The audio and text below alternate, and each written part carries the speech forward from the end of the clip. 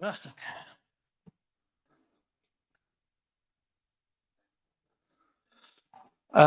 everyone. Thank you for attending this important side event. My name is Ahmed Mifreh. I am the Executive Director of Committee for Justice, and I am welcoming all of you.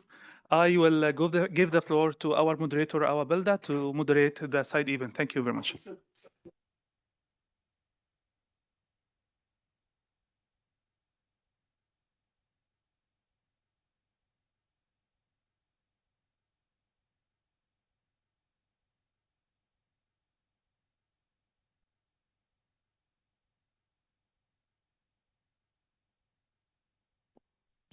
Good afternoon, everyone. So for those seeking translation to French, it's in the Russian channel. Russian channel. Yes, it is indeed, which is a good start. Which number? Is it 0? Yeah. Ça marche? Le 0 pour la traduction en français? Ça marche, non? OK. 0, ça marche? Ça, 0. Oui. Good afternoon, everyone. Welcome to this side event on Sudan. It's a pleasure to be here with you today. Is it? Ça ne marche pas? 3. French, channel 3. Ça marche maintenant? OK, d'accord. Good afternoon, everyone. Welcome to this side event in Sudan, organized by Committee for Justice, together with Special Procedures, African Commission, and also the Committee of Inquiry on Sudan. As you know, the armed conflict in Sudan continues to generate grave human rights violations and humanitarian consequences, including patterns of unlawful killings, indiscriminate attacks, conflict-related sexual violence, arbitrary detention, enforced disappearances, and acts tantamount to enforced disappearances, and large-scale displacement.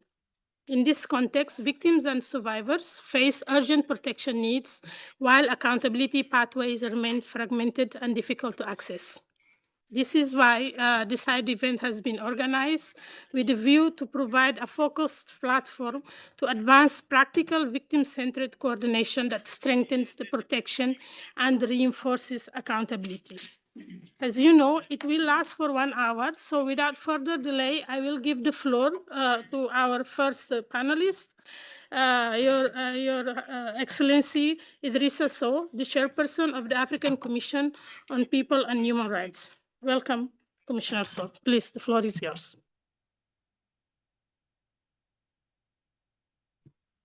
Merci beaucoup, Madame Awabalde, pour. Thank you for giving me this occasion and this side event in order to deal with the issue of human rights. And as you know, I belong to a body defending human rights, especially in Sudan. We actually did many field operations in the Chad territory. We published many reports with the Vice President, and we'll explain all this in details. And we'll speak about at the end of the recommendations and the reflections. I will make an introduction and give you an idea about our attending this side event. I personally came together with my delegation because we work with the African Commission. Ladies and gentlemen, first of all, I would like to thank the organizer of this side event in order to reinforce the mechanisms of protection of human rights in Sudan. The situation in Sudan continues to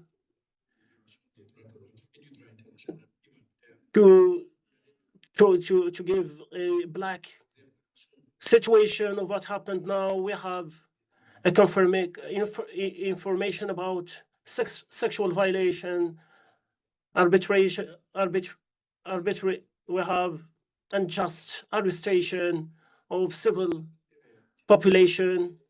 It's important for us that regional and international mechanisms must be implemented and to coordinate our efforts in order to protect the victims, especially the civil, and also against any form of impunity.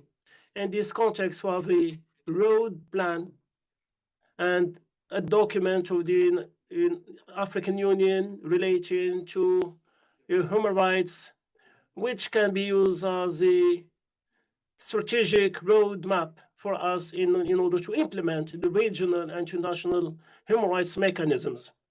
This roadmap will help us to strengthen these mechanisms and also to strengthen the independence of our mandate.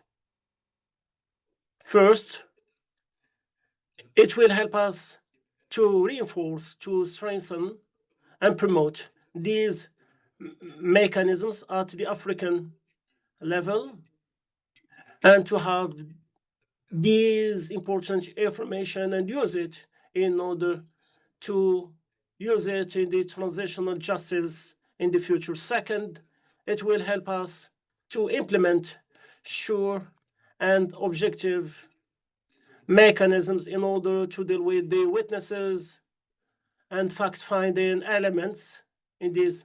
Third, it will ensure to use the best way all this information in order to fulfill our responsibility against any forms of impunity. In the case of Sudan, we have to use these different elements, as I told you, in order to prepare the reinforcement of the institutional principles and to develop a good, clear message in order to show people that we will commit ourselves in order to respect international humanitarian law and also to share all the important elements dealing with human rights, and in order to contribute to reinforce the initiatives relating at regional and international level. The experience shows us that we do not only need these first steps, but we need to have more information from the different countries in order to protect and to prevent these violations of human rights. That's why it's important for us to have a good cooperation between the African Union and the United Nations. And that's why it's important for us to have joint efforts in order to promote and rehabilitate the victims. The African Commission, as I told you, is encouraging us to continue and do the follow-up of this information. Thank you so much. Thank you so much. So, Dr. Mona Rashmawi, member of the Independent International Fact-Finding Mission on Sudan. Please, Dr. Mona, the floor is yours.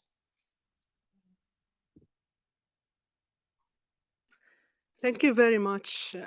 I'm pleased to join this event and to be on the panel with the African Commission Fact-Finding Mission and the Special Rapporteur on Violence Against Women, and with you, Madam Chair. While the work of our own fact-finding mission focuses on accountability, our efforts together are complementary, highlighting the imperative to protect civilians and civilian infrastructure during conflict. Our recommendations in this regard are all aligned.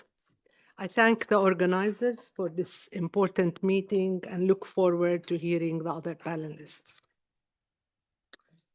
With regard to the protection of civilians, I have to say that the recent reports on attacks against medical centers, personnel, and patients in Darfur and beyond are deeply alarming, and our team is actively investigating these allegations. During this session of the Human Rights Council, we presented our report on Al-Fashir, concluding that attacks that led to its takeover by the rapid support forces bear the hallmarks of genocide. We did not reach this conclusion lightly. It is grounded in a careful analysis of the modus operandi through which these violations were carried out. Our mission found that the violence committed by the RSF in and around Al-Fashir forms part of a coherent, widespread, and escalating course of conduct directed in particular against the Zaghawa and Darfur in the context of a prolonged siege. We documented a widespread and systematic pattern of killings, including mass killings throughout the city, at exit points, at the brims, at the university, at the Saudi hospital, and continuing along the routes of displacement, alongside ethnically targeted rape and other forms of sexual and gender-based violence, arbitrary detention, torture, and cruel treatment, enforced disappearances, extortion, and forced displacement, contributing directly to the destruction of fabric of society. These acts were combined with deliberate imposition of conditions of life incompatible with survival, including starvation, denial of humanitarian assistance, and the destruction of medical care. These acts were committed with knowledge, organization, and repetition, and were accompanied by dehumanizing and exterminatory language. Taken together, the scale, severity, and cumulative impact of these acts present indications pointing to genocide in and around Al-Fashir. We have identified some of the perpetrators and are cooperating with judicial bodies in line with our mandate to ensure that they are brought to justice. A key concern today is the risk of repetition. There are credible allegations that the modus operandi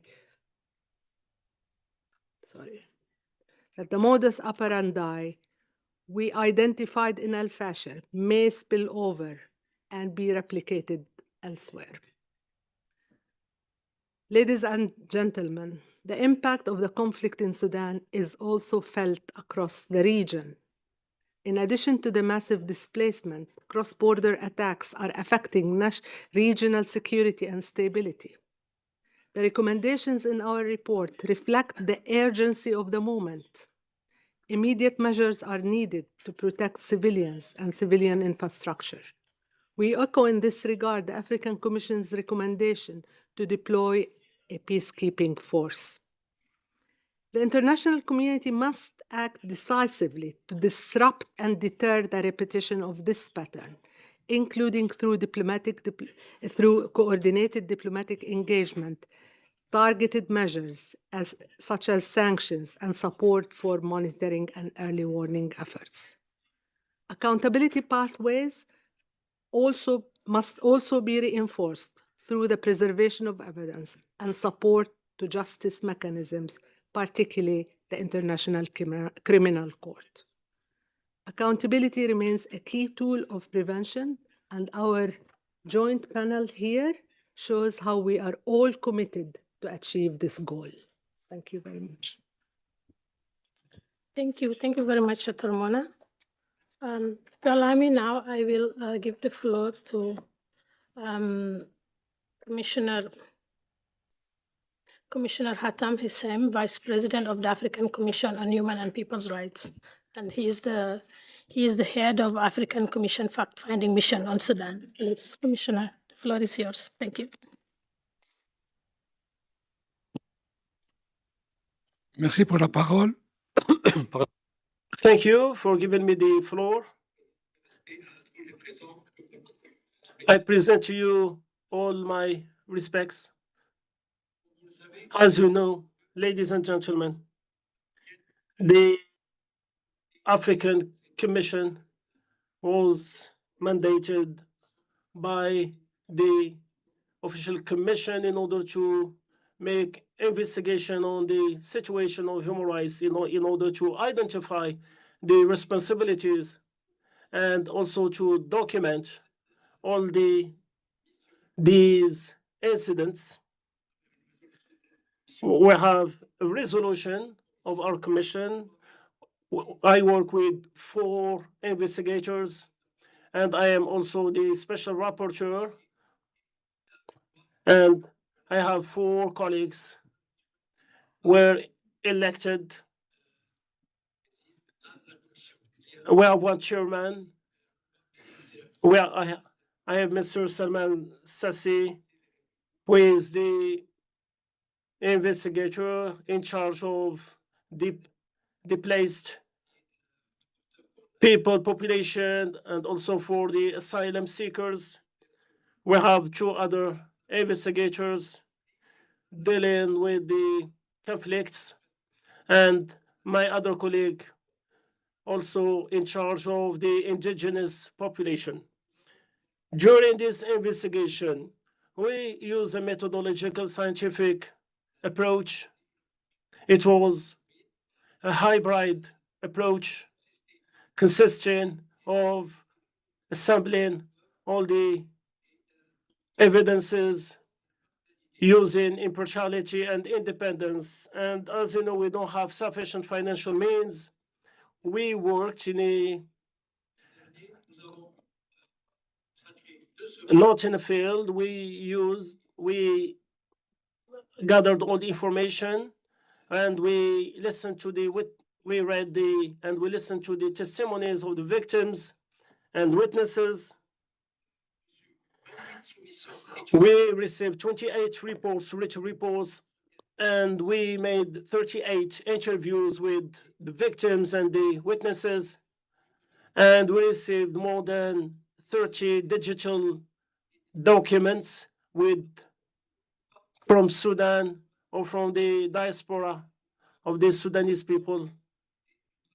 And we gathered, collected, and we analyzed all these is the open source intelligence. And also we use the metadata information with the chronological patterns. All this work we could prepare at that time. And a first report that was adopted and accepted by the Commission last July. And this report is public now. In this report, we have now the civil population massacres, sexual violence, extrajudicial killing, destruction of civil facilities, schools, hospitals, and also ethnical killing of people, which created a humanitarian catastrophe, pushing local population to be displaced. We had difficulties, we met difficulties to have direct contact with the victims because we could not travel to the field, but we could meet some victims in the neighboring countries from the Chad government, giving us the authorization to go to the Chad in order to meet the victims. And after the publication of the first report, we present to the African Union, to our commission, And on the 20th of January 2026, we could travel to Adre in Chad. And during this visit, we could visit the field to meet people in the refugee camp of Adre and also other places, Abu Taji and Enichi at the border. We met tens of refugees. We made interviews with them. And during this mission, it was a first collaboration between the members of the African Union and also from the members of the United Nations. We received help and from the HRS and from the PAM who help us in order to do. They helped us also for our free movement. They help us, they give us all the material, and also they help us to find places where we can stay during our stay. And we visited and we heard the testimonies of people, young people, women, thousands of people who now are living in these camps and depending on the PALM program, help and aid. All these people help us, and thank you for them for their. And we also had meetings with members of the government of Chad, of the different ministries. At the end of our mission, we found massacres of the civil, massive execution, massive sexual violences against not only women, but women, children, and also against men. In the east region, in Chad, we met population of the same ethnic group, Masalit and Fur group. And as Mrs. Muna informed, they informed us that these Masalit Fur groups, Black African minorities, were directly targeted. And we gathered all these information. We have all these information. We are now trying to prepare the second report. It will be finalized at the end of April 2026 to be presented to the next commission, and it will be public and written in the 4 languages. At the end of my intervention, I am calling international and African authorities to mobilize more funds and efforts, because the situation of these population refugees in Chad is difficult. They are surviving and they need international protection. And thank you. This is what I want to say about this mission. Thank you so much. Merci. Thank you. And now we'll give the floor. أتيح الآن الفرصة للمفوضة سلمى الساسي، عضو بعثة تقصي الحقائق الإفريقية في السودان، وأيضا عضوة اللجنة الإفريقية لحقوق الإنسان. شكرا لك.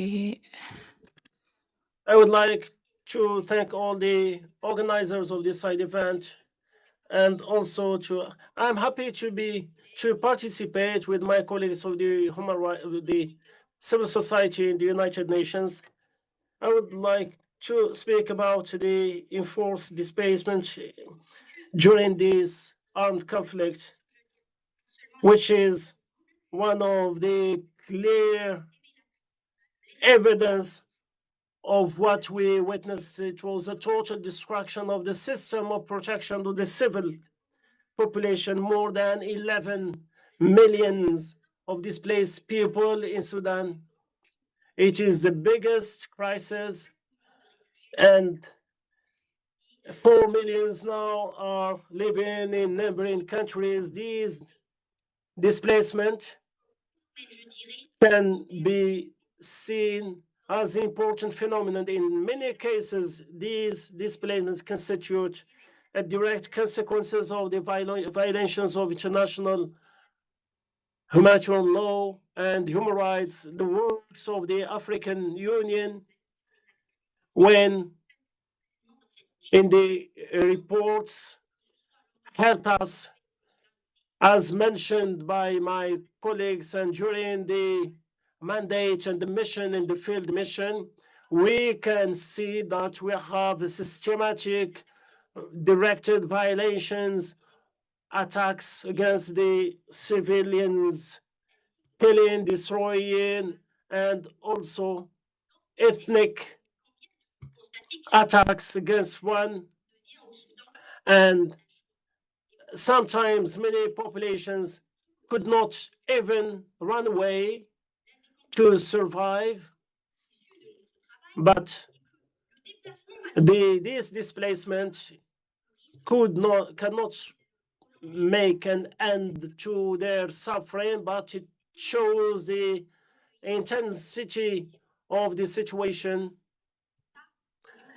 This shows clearly that these people were attacked, and because they were weak population, we have also the large scale use of sexual violence against these weak population. Our mission showed that they use some elements of impacting these dynamics of displacement, pushing people to run away, and the same population could not have free access to humanitarian. That's why these population could not benefit from no protection, and that these systematic attacks and that these mechanisms used can not only prove that these incidents happened, but they can also contribute to also show and who are the responsibles, and also to combat impunity. As mentioned before, we have these mechanisms, we have information, we have evidence, but the question is, how can we use all these elements to be used as an effective protection tools for these populations? How can these tools be used in any operational way? And also how we can use this information. These documents are important, but we need to have a follow-up and to do the protection in order to answer these priorities. That's why we have to implement 3 priorities. These 3 priorities are included in the reports of the UN Security Council. First is to protect human rights and humanitarian human rights, to stop all attacks against the civil. Second is to guarantee the access for these civilians, facilitating to them corridors in order to move freely. The third one is to reinforce all these mechanisms of protection helping all the neighboring countries. I would like Mrs. Moderator to say that what happened in Sudan is not a consequence of what happened, but it's a clear manifestation of a failure of a system of protection, and that our responsibility today, we are committed to to have documents and also to react in order to help these population using African and UN mechanisms.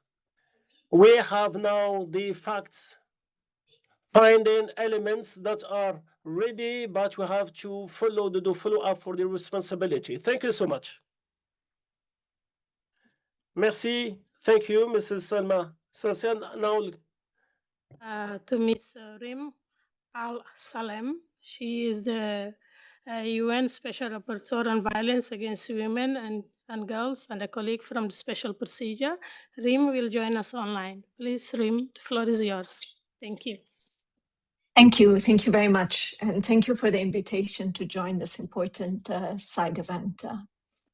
Excellencies, today I wanted to share with you some of the highlights from the technical visit that I undertook in December 2025 upon the invitation of the government of Sudan to Sudan. At the time, I visited 4 areas under government control in 4 states. There was Khartoum in the state of Khartoum, Al-Dabba in the northern state, Wad Madani in Al Jazeera state, and Port Sudan in the state of the Red Sea. Now, following the visit, I had shared a detailed report of my findings and recommendations with the government of Sudan. I will not go into all of these here. I wish to, however, focus on 3 issues that I believe beg highlighting and that are relevant to our discussion. First of all, I must say that despite having been a humanitarian worker all my life and having worked in crisis and conflict settings in over 13 countries, including, by the way, Darfur at the beginning of 2004, nothing could have prepared me for what I had seen and heard in the course of this visit.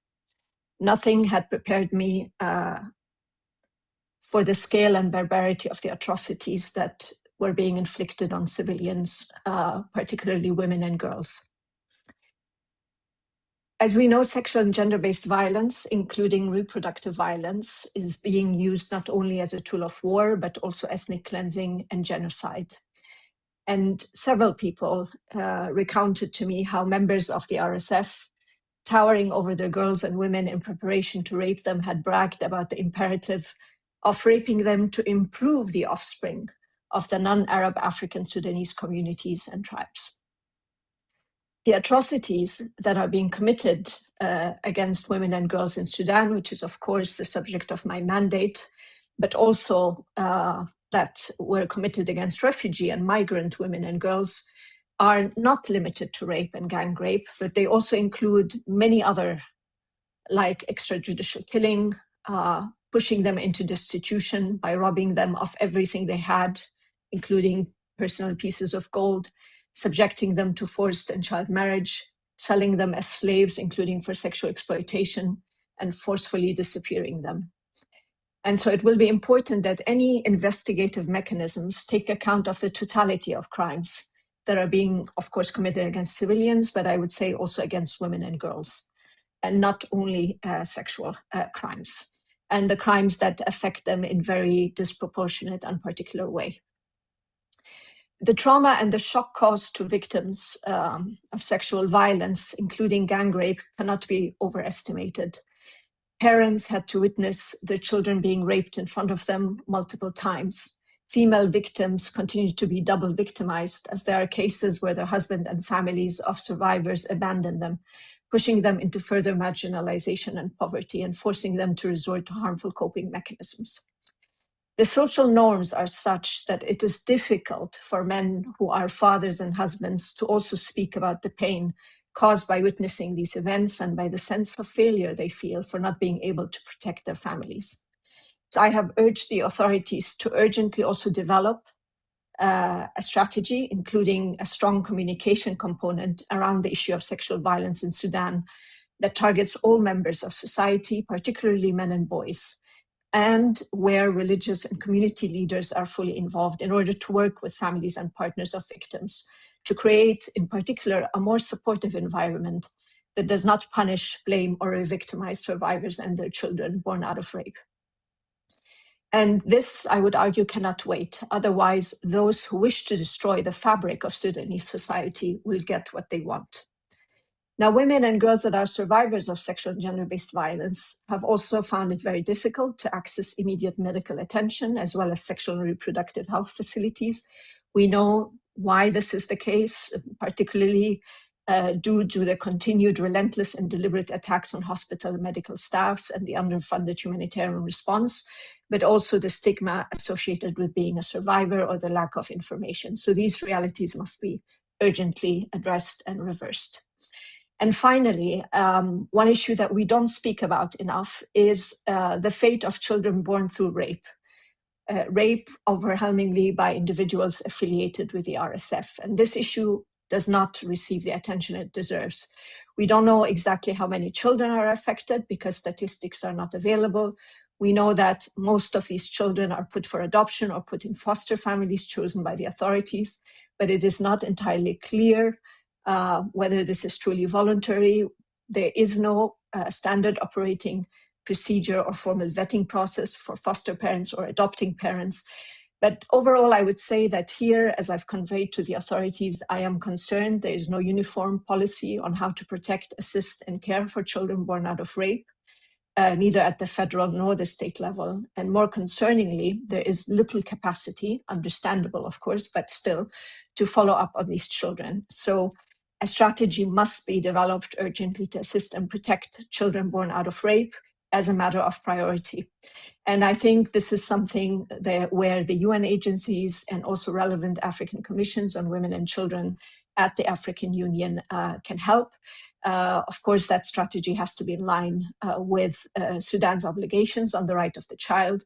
But I believe Sudan can also benefit from some of the good practices that were adopted by countries that have had similar experiences in conflict, whether it's Bosnia, Herzegovina, Iraq, Rwanda, or others. Now, of course, a lot more can be said, but in the interest of time, I'm going to stop here. And thank you once again for having me. Thank you very much, Reem, for your intervention and contributions.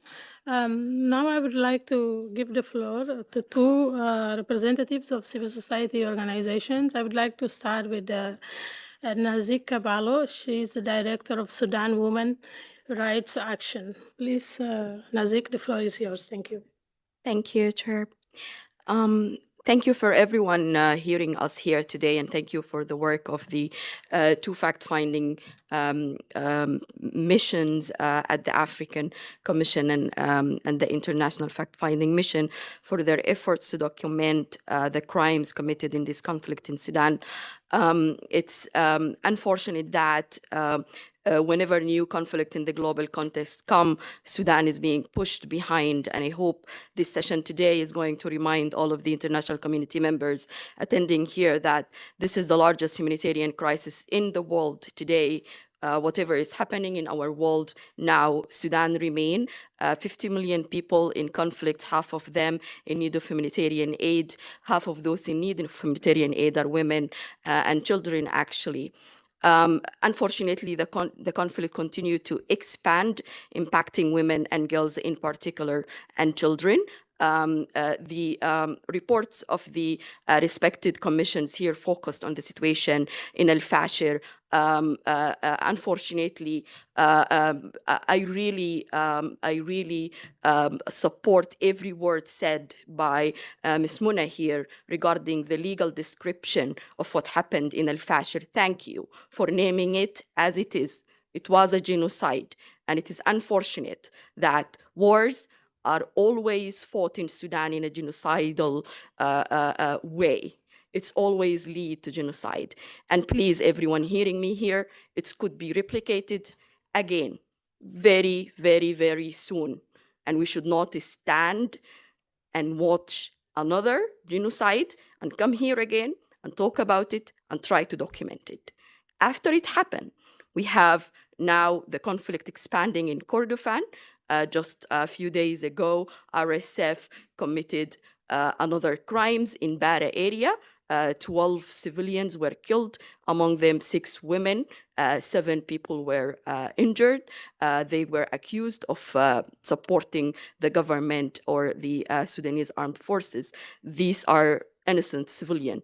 In Sudan also, there is a drones war that is happening by both sides in the conflict, where also civilians are the only ones who are losing their lives across the country. The infrastructure of the country, civilian institution, including hospitals, universities, electricity station, telecommunication stations are being destroyed across the country because of this drone war that is only impacting how civilians can survive during this conflict. And especially women and girls are impacted by all of that because unfortunately, there is nowhere is safe in Sudan anymore because what is going on from the sky. Drones can hit you anywhere in Sudan at this point in time.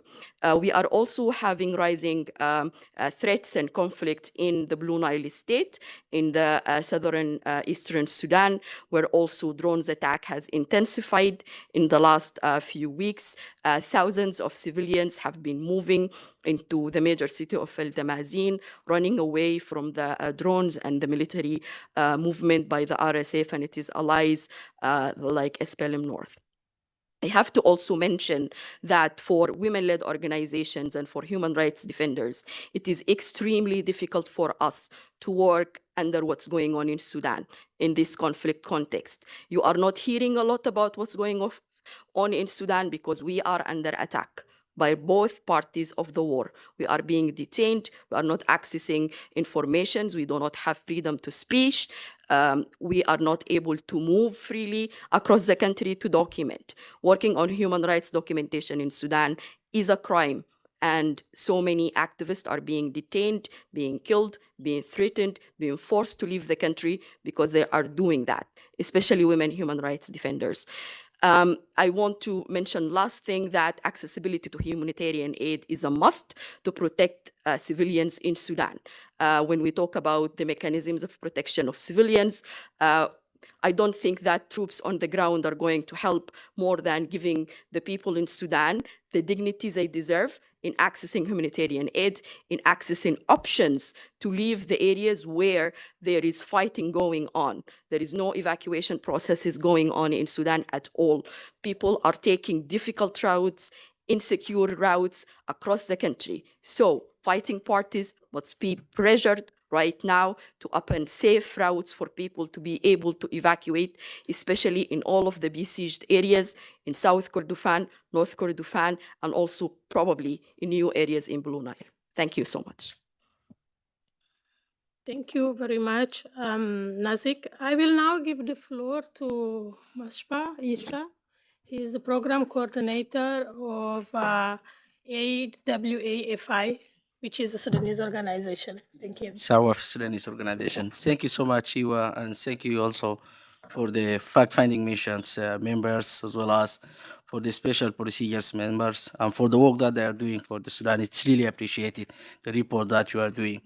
In regard to the collaboration and working of the Sudanese civil society, while they are also facing this devastating war, and while they are also putting a huge effort in order to feed those mechanisms, it's been like an important to sing on enhancing the collaboration between the mechanisms. And I'm also would like to thank Committee for Justice for this collaboration between those mechanisms whom they are working with Sudan, the fact-finding mission for the African Commissions, as well as for the UN ones. And for us also, we're thinking to establish like a collaboration body. This can include also the accountability mechanisms like the ICC as well, whom they are working also in Sudan, particularly in Darfur region. So they will be also able to support the work of the accountability. And also it's important for the international community to support those mechanisms technically as well as financially, so they would be able to work and operate effectively and efficiently without any interruption and extension of their mandate annually. This for the fact-finding mission. And I remember that last September we were being here for the advocacy to extend the mandate, and now we are about for the next September also to advocate, and also for the African Commission one, which is renewing 6 months every 6 months, which is like interruption for them. This given the huge number of the violation and atrocities that's happening in Sudan, it's need also to sustain the work of those mechanisms.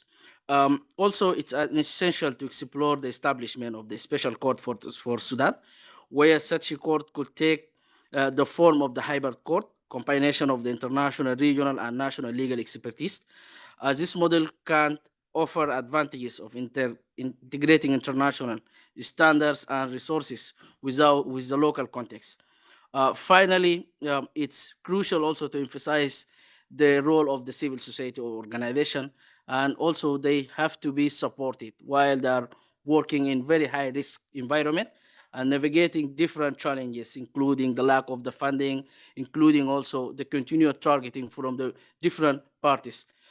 So it's very important to be supported, as they are representing also one of the main pillars of the work of those civil society or of the mechanisms, I mean, and it's very important also to advance the collaboration between them, so they will be able to share the informations and evidence for the different atrocities and violations. I believe that the report that issued by the fact-finding missions is contained and it's documented a very huge number of atrocities, but still there is some of the atrocities that will not be reflected on the report that issued by the fact-finding missions as well as the other bodies, which is required to advance the collaboration between those mechanisms, so they will be able to document the all atrocities and violations that's happening in Sudan. Thank you.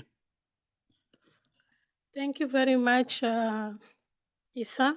I know we are running short on time, but I would like to open the floor and take maybe 2 questions from the floor. Yes, please.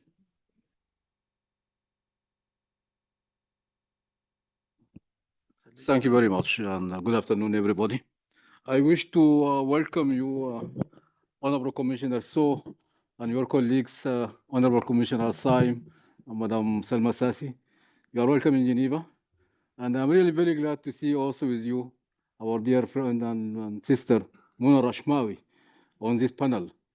And this is actually what we have been looking for, that some kind of cooperation between the two fact-finding missions. And I am glad to see that cooperation is now building up, and we are looking to forward to see a joint action from both of you as the situation unfolds in the country.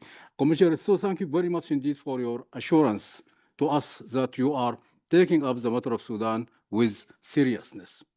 And the situation deserves. It is so acute, so dangerous, it cannot wait anymore. I have observed in the past that the intervention of the African Union and action, including the African Commission, it has really been disproportionate with the seriousness of the situation in the country.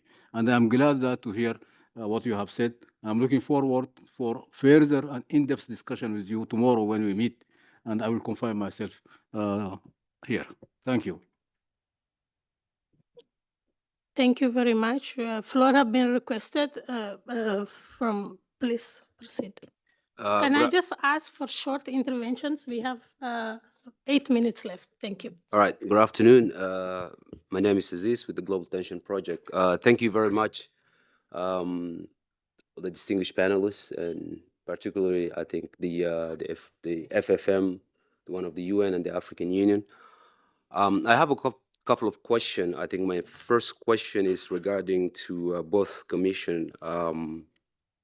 Has there been any investigation since the FFM? I think Dr. Muna has mentioned that they have managed to speak with the victims that were actually on the neighboring country.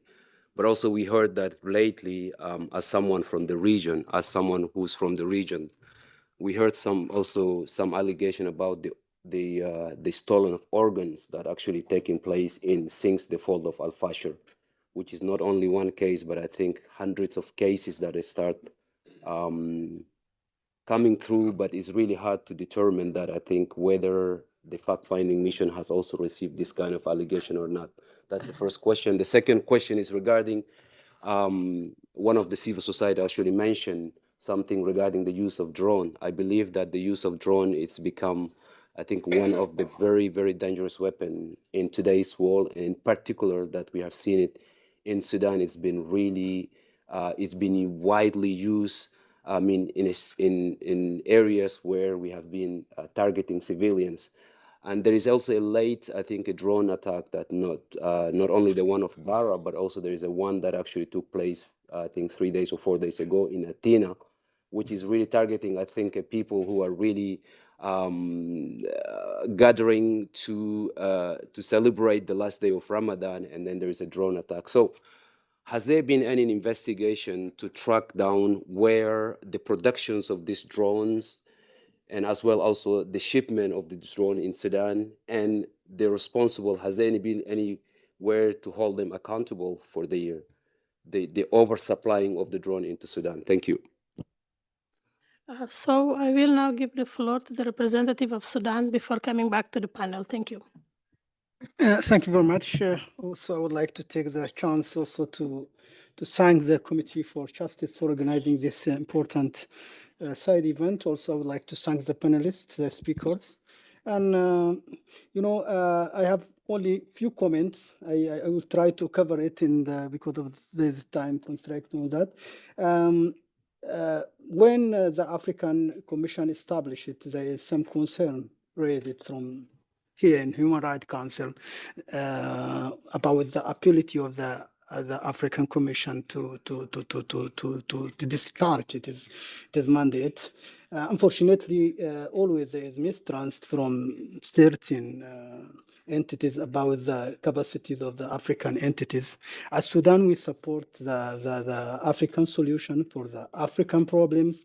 We understand always there is some challenges, that this challenge is not facing only the African Commission, but even the National Commission in Sudan for funding, for the capacity, for how to dealing with some digital evidences, but we appreciate your visit and your report. We received the report. We have our comment on the content of the report, and when we go to the report published by you also to other entities like OHCHR, we find even the report with the National Commission of Sudan, there is a lot of similarities in the conclusion and in the findings of this report, especially when it comes to the atrocities committed by RSF in Darfur against the 13 communities in Western Darfur, and after that in North Darfur.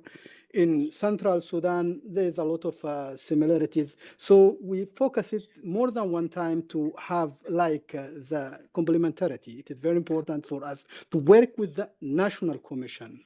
This is very important to reach good result for our work. For example, it is easy to say that there is atrocities committed by all parties. But if you took, we need to be careful when we're using the word systematically. Because systematically, when you mention that certain parties committed this kind of a violation systematically, this means there's repetition for that kind of. I mentioned it in the morning that when you say that it is very clear to us, and even on other report, the RSF, which is the party which is committing the systematically sexual violence as the crime and the tool for war. The government of Sudan, our Attorney General, it has type of it is autonomy. It has its autonomy, And we publish it, they publish it for report and even address it the Human Rights Council, and they trying to engage with all parties, and their work, it is published and they can find it with everywhere. And at the government of Sudan, they have plan for protection of civilian, and we have our work in the accountability and also in ensuring the access of humanitarian work. There is work done by Sudan. We cannot say that everything is perfect, but there is effort done by government of Sudan, so should be appreciated and should be respected. Also, there is a very important issue which is ignored in the report with the external factor. The fueling of the war in Sudan, there is another party that are fueling, they're supporting the RSF by weapon, by political support, by, yeah, thank you very much. Your intervention. If you allow me as the moderator, because we have like 1 minute, although we did start late, 5 minutes late, I will give 1 minute to Dr. Mona, and then I'm going to give 1 minute to Commissioner So as the representative of the African Commission as we wrap up. Thank you. Thank you very much, and thank you for being here and your interest. Impartiality is key. When we look at a situation, and as we did in the situation of Al-Fashir, if the responsible, the main responsible, is the rapid response, the rapid support forces, we will say that. If there are responsible, if the armed forces of Sudan are responsible, we will also say that, as we said in previous reports. We deal with issues with integrity and based on facts and law as we document them. This is really important. Thank you very much for raising the issue of the attacks, the drone attacks. We are very aware of that. Thank you both. And we are looking into this. This is something that we will soon be reporting into. The story of Al-Fashir hasn't finished yet. We will do more on Al-Fashir, but we will do on Kordovan. We will look into Kordovan. We'll look at that Blue Nile. We'll look at other situations, and we will report impartially with pointing responsibility to those who are responsible. Of course, just 1 minute, one second. Of course, access to the country is important. And we call on all parties, we call on the government of Sudan to facilitate access, our access to the country. We haven't been able to access Sudan. Sudan has a story to tell. If they don't want to tell it to us, it's up to them. But we are seeking access to Sudan. But if we are denied access, we'll still report on it. We'll still report on the situation, and we will say who's cooperating and who is not. Thank you very much. 1 minute to Honorable Commissioner So as we conclude. Thank you. Je remercie toutes les personnes qui sont intervenues. Thank you, all the speakers. As I told before, we are collecting all information. And we are not defending no party. All these allegations will be treated, will be investigated. We don't have no conclusion now. We are doing investigation, and after we discuss with the victims, after we'll issue the conclusions. We are happy to, as mentioned by the representative of Sudan, that we have also the work of the National Commission of Human Rights. I'm asking you, telling you to give us all these documents by the National Commission of Human Rights, to send out all these documents.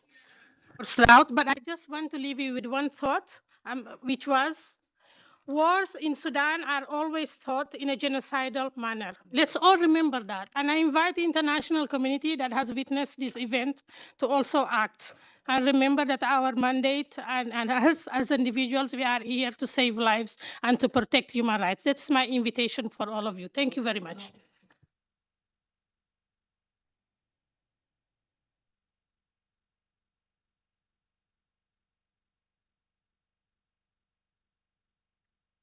Thank you.